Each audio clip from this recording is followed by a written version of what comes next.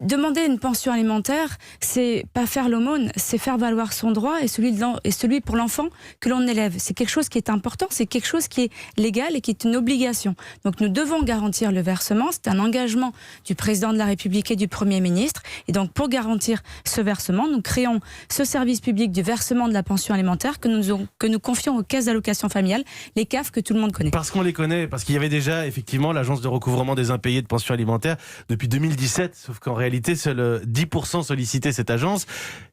La différence, c'est que l'ARIPA, cette agence, depuis 2017, en effet 10% le sollicitaient, mais n'allait recouvrer que la dette d'une pension alimentaire, ne garantissait pas la suite et le versement, je dirais, régulier de tous les mois, mensuels, de la pension alimentaire. Parce qu'à partir du moment, il faut bien le comprendre, à partir du moment où on va signaler cet impayé du côté de sa caisse d'allocation familiale dans son département, on sera versé tous les mois. C'est la CAF qui récupérera le dossier de la pension alimentaire. Alors simplement une question, si l'ex-conjoint est insolvable?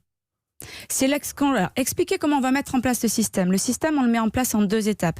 Dès le 1er juin 2020, toute nouvelle séparation, divorce, les familles peuvent demander à bénéficier de ce versement automatique, ce prélèvement sur les ressources de l'ex-conjoint pour le verser dès le divorce. Dès la séparation, comme dans le modèle québécois. Exactement. Toute nouvelle séparation et divorce qui soit effectuée à partir du 1er juin 2020, vous pourrez bénéficier de cette intermédiation. Il faudra en faire la demande. Il faut en faire la demande. Mais peut-être que je pourrais expliquer comment est-ce qu'on simplifie aussi la demande.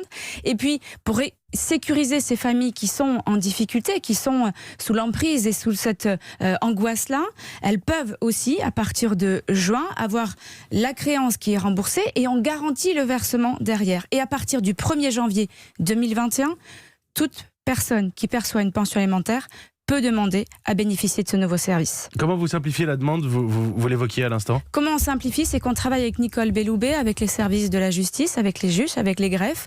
Les juges transmettront directement les jugements aux caisses d'allocation familiale.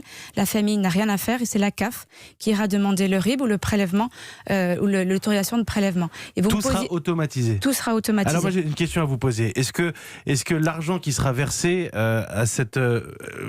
faut que j'arrête de prendre des pincettes. À cette femme seule avec ses enfants, est-ce que l'argent qui sera versé sera celui qui est récupéré sur le compte de l'ex-conjoint? Ou est-ce qu'il faut attendre d'avoir prélevé l'argent pour recevoir l'argent? Il y a un prélèvement, on donne nouveau pouvoir aux caisses d'allocation familiale, à ce service, d'aller chercher sur salaire, de faire des prélèvements aussi sur un compte pour pouvoir verser et garantir le versement de la pension alimentaire. Donc je reviens à ma question, si l'ex-conjoint est insolvable? En France, vous avez l'allocation de soutien familial qui permet de verser 115 € par enfant dès lors que la famille est isolée, de façon à pouvoir subvenir et remplacer entre guillemets la pension alimentaire si le conjoint est insolvable. Si le conjoint est en défaut de paiement, la CAF verse ses 115 €, ce qui est un minimum en attendant d'aller récupérer l'argent et de compléter le montant de la pension alimentaire qui est dû.